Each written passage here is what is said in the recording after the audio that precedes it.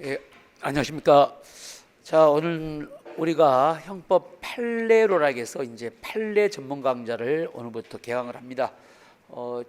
저 입장에서는 한 1년 6개월 만에 이제 판례로 강의를 하네요. 1년 6개월 전에 한번 강의를 했다가 이제 지금 또 이제 강의를 하게 되는데, 여러분에게 이제 강의할 이 강의 내용은 이제 온전히 판례만 강의를 합니다. 그러니까 판례 전문 강좌다 이렇게 생각하시면 되겠고, 여러분들이 이제 뭐 형법 시험이라는 것 자체가 여러분들 아시겠지만 판례 중심으로 출제가 되다 보니까 판례가 정복되어 있지 않으면 형법에 좋은 점수를 얻을 수가 없어요.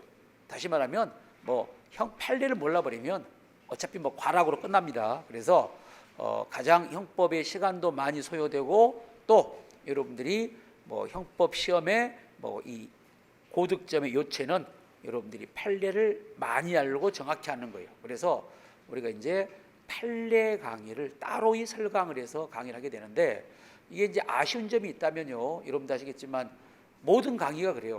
시간적인 한계라는 게 있다 보니까 뭐 기본 강의도 마찬가지고 지금 이 판례 강의도 마찬가지고, 시간만 많이 주어지면 보다 자세히 보다 많이 이렇게 강의를 할 수가 있는데, 뭐 이게 여러분도 아시겠지만 강의가 너무 길어버리면 또 아예 접근조차를 안 해버립니다. 그러니까 실은 이제 이 앞에 제가 한 1년 반 전에 강의했던 판례 강의가 제 경험상으로는 100강이 넘었을 거예요. 100강이. 그러니까 물론 이제 내용도 풍부하고 강의가 좀 충실한 강의 되지만, 일단 우리 학생들이 뭐 형법만 공부하는 분들이 아니기 때문에 양적 방대함 때문에 겁을 먹어버려요. 그래서 아예 포기해버려. 그래서 이번에는 제가 좀 이제 작년과 다르게 이제 강의를 하는 것이 크게 두 가지가 있는데, 첫째는 작년에는 책에 우리 이제 이 판례로 이점정을 보면 뒤쪽에 부록으로 학설과 조문 문제가 수록돼 있었어요. 그러니까 지금 책보다 양이 더 두꺼웠겠죠. 왜냐하면 그때는 판례 강의만 하는 게 아니라 판례 강의 마치고 또 이론적 문제를 대비하기 위해서 조문과 학설 문제를 따로 부록으로 바로 이제 책에 붙여가지고 강의가 이루어지다 보니까 바로 형법 판례로라는 이 강의로서의 강의가 그거 잡치니까 120강이 넘더라고. 120강이. 그러니까 여러분들이 이제 너무나도 부담이 되고 뭐 책도 부담이 되고 강의도 부담이 돼서 제가 이제 고안했던 것이 어쩔 수 없이, 물론 뭐 반대한 분도 있지만 뭐 저는 제 생각을 입장에서는 양적 방대함을 좀 줄이기 위해서 이번 3.0 판례로 3.0은 순수하게 판례 문제만 수록했어요. 그러니까 지난번에 있었던 이론 문제, 학설 조문 문제는 따로 책을 제가 만들어 가지고, 그게 이제 김현형법 플러스 형법 3.0입니다. 그러니까 플러스 형법 3.0은 바로 순수한 이론 문제예요. 판례를 문제 다룬 게 아니라 학설과 조문만 다루는 얇은 문제집입니다. 그래서 이제 여러분들이 뭐 선우를 따진다면 여기는 다 기본 강의를 들었던 문제니까 기본 강의 마치신 분들이 바로 이제 제 2단계로 공부할 것이 바로 이 판례 정복입니다. 이 판례를 통해서 판례를 여러분이 완벽히 정리해 두시고, 그 다음에 3단계로 이제 고득점을 위해서 이론 문제를 대비하기 위해서 아까 말한 플러스법 3.0, 이제 그게 지금 책자로 나와 있고 강의도 지금 동영상이 올라가 있으니까 그걸 이제 마지막 단계로 정리하시면 고득점을 하리라고 봐요. 그래서 바로 이제 제 강의만 따진다면, 첫째 기본 강의, 두 번째 이제 판례로 강의를 통해서 판례 정리, 마지막으로 플러스형법 3.0을 통해서 이론 문제 정리, 이렇게 그러니까 3단계 공부를 하시면 바로 이제 90점 이상을 여러분이 맞을 수가 있어요. 그러니까 여러분이 문제집, 제가 쓴 문제집에는 이 판례로 3.0 말고도 기출 문제집도 있고요, 그보다 양이 더 부담이 적은 핵심 지문 총률이라 해가지고 핵지총도 있어요. 근데 이제 여기 우리 학생들이 판례로 강의를 듣는 분들은 목표가 일단 90점 이상이 돼야 됩니다. 그러니까 다시 말하면 나는 판례로 강의를 들었고 이 판례로 책을 봤는데 형법 시험에서 90점이 안 나버렸다면 굳이 판례로 강의를 들을 의미가 없어요. 왜? 기출문제지만 봐도 80점 정도는 나올 수 있습니다. 기출문제만 봐도 80점, 뭐 7, 80점에서 이런 점수를 맞을 수가 있는데, 굳이 바로 시간 내면서 두꺼운 문제집인 판례로를 공부할 필요가 있겠느냐. 그러니까 이 판례로 공부는 아까도 말했지만 90점 이상을 목표로 했을 때, 그러니까 90점 이상을 맞아줘야 판례로를 수강하는 의미가 있다는 겁니다. 이 점을 여러분이 알아두시고, 그래서 그만큼 제가 자부심을 가져요. 강의도 가장 완벽하게 강의를 합니다. 판례 하나하나를 다 이렇게 직접 설명을 해요. 그러니까 여러분이 가장 이해하기 쉬울 것이고, 또 어떤 시중의 문제집보다 많은 판례가 수록돼 있어요. 거의 빠져나가지 않습니다. 시험 문제가 나오면 이 안에서 나오게 돼 있어요. 그러니까 판례의 양도 많고 강의도 그에 따라서 꼼꼼한 강의가 이루어지다 보니까 상대적으로 시간이 소요되겠죠. 그러기 위해서는. 그래서 제가 시간에 구애받지 않고 바로 이제 판례 강의를 좀 완벽히 하고자 이 강의를 설강하는 바로 의도가 여기에 있었습니다. 알겠죠? 그러니까 이게 이제 우리 학원 커리에서는 이 강의를 할 수가 없어요. 왜냐하면 아까도 말했지만 제 생각은 이 판례로 강의가 아마 제 생각은 적어도 80에서 90강 정도가 나올 거예요. 80강 내지 90강이 나오니까. 그런데 우리 학원의 커리로 80강, 90강을 할 수 있는 커리가 나올 수가 없어요. 그래서 이제 제가 개인적으로 여러분들에게 개인적으로 우리가 따로 내가 학원 커리와 상관없이 학원 강의가 아닌 강의를 내가 사적으로 강의를 하는 겁니다. 이것은 알겠죠? 이렇게 이해해 두시고, 자, 그리고 들어가기 전에 이제 우리가 책을 보시면 바로 김현 형법 판례로 해가지고 실은 이게 이제 굉장히 역사가 깊어요. 제 생각으로는 한 15년 정도 이렇게 계속 내왔는데, 그런데 이제 원래는 계속 김현 형법 판례로라고 책을 붙였는데 요즘은 뭐 유행이 뭐 1.0, 2.0 이런 말 쓰더라고. 그래서 이제 거기에 붕해가지고 최근에 2.0, 지금은 이제 2020년판은 3.0, 뭐 내년에 나오면 4.0이 되겠죠. 이렇게. 그래서 3.0이라서 3년 된 게 아니라 제 생각은 아마 15년 정도 됐어요. 계속 해년마다 15년 동안 이렇게 판례로 책자를 이렇게 이제 만들어 왔는데, 제가 이제 강의는 이 시험은 아니지만 하나 이제 좀 에피소드를 말한다면, 한자로 판례로가 한자로 안 써져 있잖아요. 그러니까 우리 학생들이 바로 형법 판례로가 이 책 이름이 뭐 판례 정리라든지 판례 총정리 이런 것도 아니고 그냥 판례로야. 그런데 내 생각과 달리, 물론 이 책 이름을 내가 지었는데 이 저자의 의도와 달리 이 수험생들은 전혀 뜻밖의 바로 의미로 일하고 있더라고요. 자, 질문 안 드린다겠는데 질문을, 이건 뭐 시험 아니니까 긴장하지 말고, 우리 남학생 형법 판례로 그러면 이 말은 뭔 말인가요? 형법 판례로. 그래. 판례로 가는 길. 나는 그걸 전혀 생각한 적이 없어. 그런데 우리 아빠 답변 잘했네.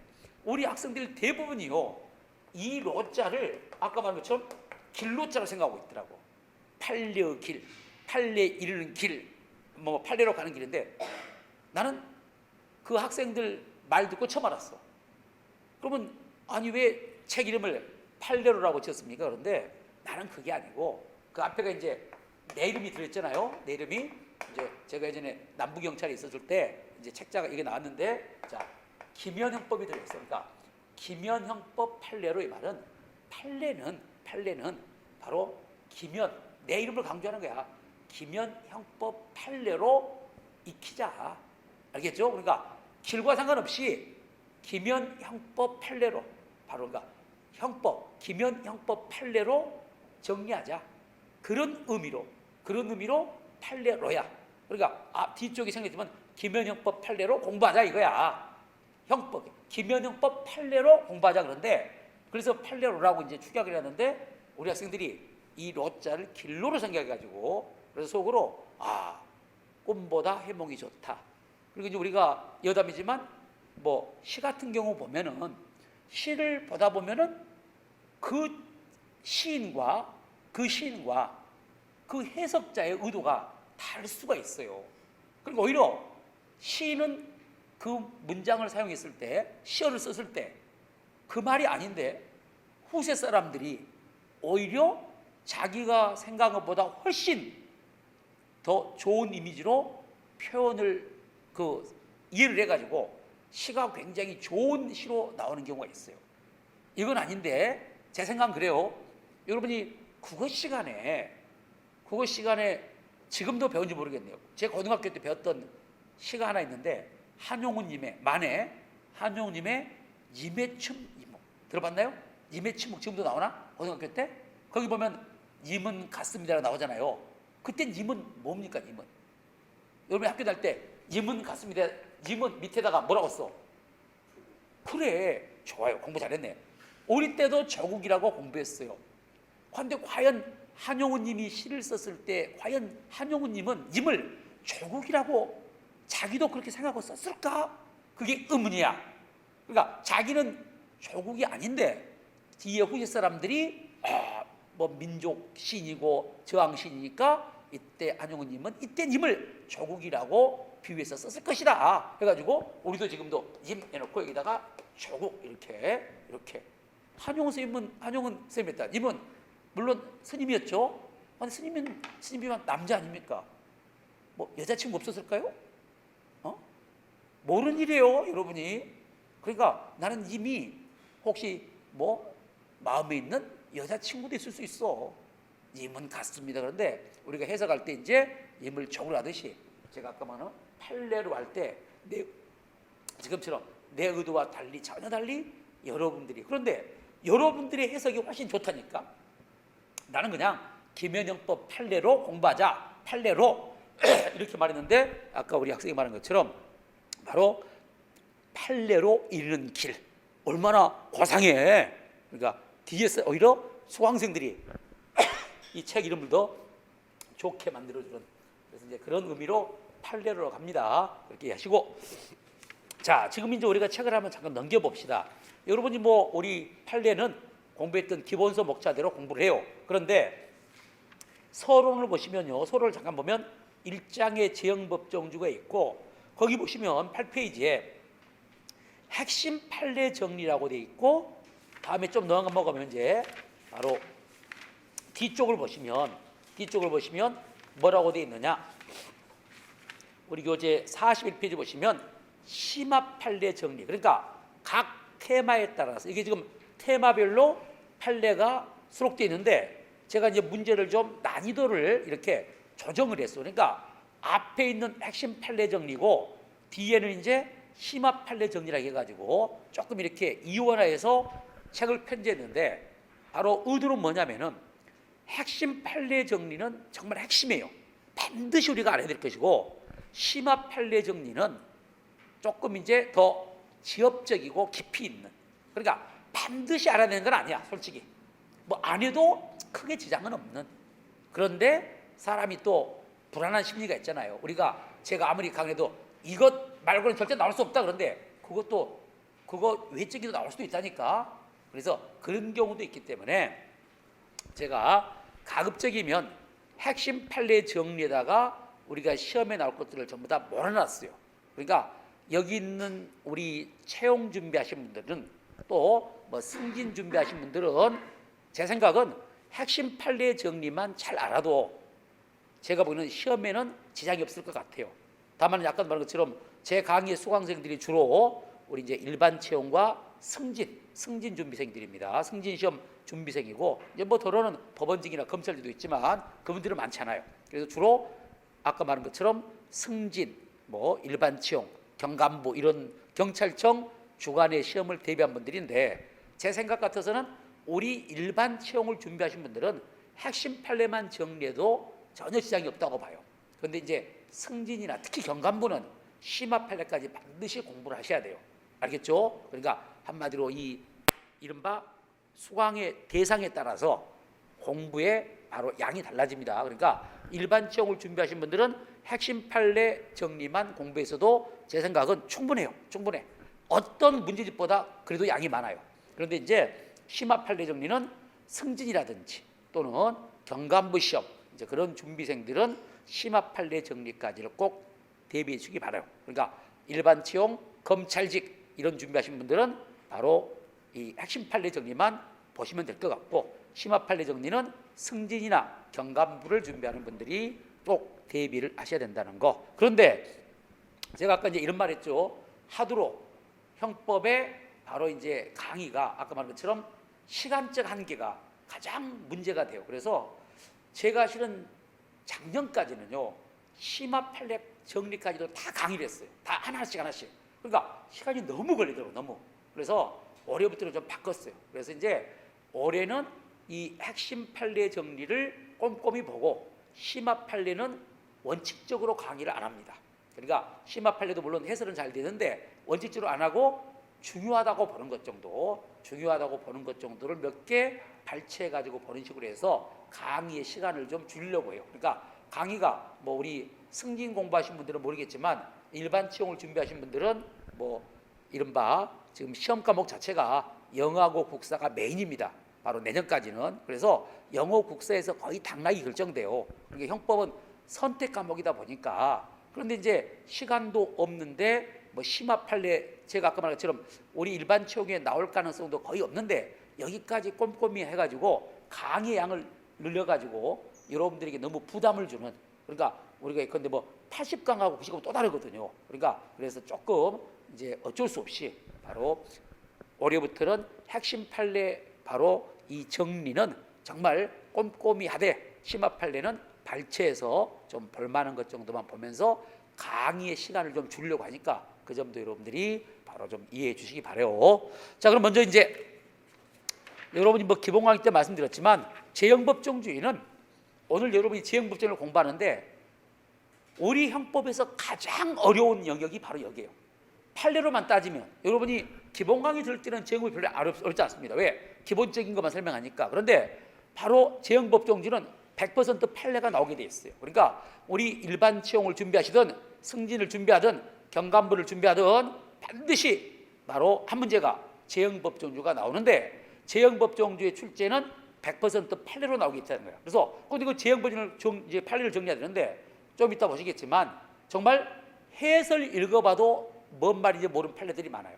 그만큼 재형법정의 판례들이 어려워요. 그래서 우리 학생들이 바로 강론에 가서 횡령죄 배임죄를 어렵다고 하는데 제 개인적 생각은요, 그 횡령죄 배임죄보다 더 어려운 판례가 재형법정주의 판례들이에요. 특히 왜 그러냐? 그 이유가 있어요. 재형법정주의 판례들이 어려운 이유는 재형법정주의 해설을 문제를 보면요, 해설이 완벽하지 못해서 그래요. 그러니까 뭔 말이냐면은 원래 재형법정주에는요, 우리 형법적 외적인 형법이 아니라 오히려 바로 특별법적인 법조문에 대한 해석의 문제가 많이 나오는데 그 법조문을 모르고 있는 상황이다 보니까 그 내용이 뭔지를 몰라요. 그래서 제가 재형법정주를 책도 지금 보니까 가급적이면 그와 관련된 법조문을 소개를 했어요. 해설에 보면 법조문이 들어있어요. 왜? 법조문을 알아야 내용을 이해하기 쉽거든요. 그런데 여러분이 일반 문제집들은 법조문이 안 들어있어. 그러니까 그 법조문을 몰라버리니까 그 판례의 내용을 이해하기 어려운 거예요. 그래서 지금 우리가 재형법정주는 책자에도 관련 법조문이 소개되어 있지만 강의할 때도 법조문을 꼭 보고 그와 관련된 바로 내용을 소개를 해야만 바로 이해가 되는 거예요. 그래서 판례를 여러분이 누누이 말씀드렸지만 암기하는 과목이 되면 안 됩니다. 판례를, 물론 판례는 키워드가 있어요. 키워드가 중요하지만 키워드로 무조건 결론만 보지 말고 키워드만 가지고 답을 뭐 그냥 OX로 보지 말고 왜 그런가를 항상 이해하려고 하는 공부를 하시기 바래요. 그래서 이제 우리가 지금부터 재형법정주를 시작해 보겠습니다. 자, 먼저 8페이지가 나오네요. 8페이지 1장 해가지고 핵심 판례 정리에서 1번이 2016년 일반 순경 기출문제입니다. 자, 그래서 바로 아까도 말씀드렸지만 핵심 판례 정리는 기출문제들이 주종을 이룹니다. 각종 국가고시의 기출문제들이 핵심 판례 정리들이 있기 때문에 여러분은 뭐 아시겠지만 판례를 공부한 사람들은 기출문제를 보면 안 됩니다. 그러니까 어차피 선택적이야. 기출문제집을 준비하신 분들은 판례를 볼 필요 없고 선택했을 때 판례를 보면은 기출문제. 왜? 바로 판례로가 기출문제를 포함하는, 기출문제에 있는 모든 기출문제가 다 판례에 포함되어 있어. 그러니까 한마디로 기출문제집은 바로 기출된 문제만 나왔다면 판례로는 플러스 알파로 기출된 문제 플러스 바로 기출되지 않는 비기출 판례까지 소개되어 있는 거야. 그러니까 양이 많은 거야, 이렇게. 그리고 또 하나, 기출문제집은 기출된 문제가 중복되는 경우가 많잖아요. 그러니까 뭐 작년에 나온 문제가 이렇게 나오는데, 그러니까 기출 문제는 원문대로 싫다 보니까 중복이 되는데, 좀 이따 보겠지만 판례로는 하나하나 판례가 중복되지 않습니다. 제가 다 중복되지 않게끔 이것을 전부 다 편집을 해가지고, 그러니까 그만큼 또 시간이 길어. 왜? 중복되면 아까 봤죠? 하고 넘어가면 되잖아. 중복이 안 된다니까. 아까 봤죠가 없어. 다 처음 본 것들이야. 다 이렇게 일부러 중복 안 되게끔 나니까 판례량이 기출문제보다 훨씬 많습니다. 같은 기출문제 페이지가 똑같은 400페이지라도 훨씬 뭐 이건데, 기출문제집이 400이라면 판례로는 한 600페이지 되는 거야.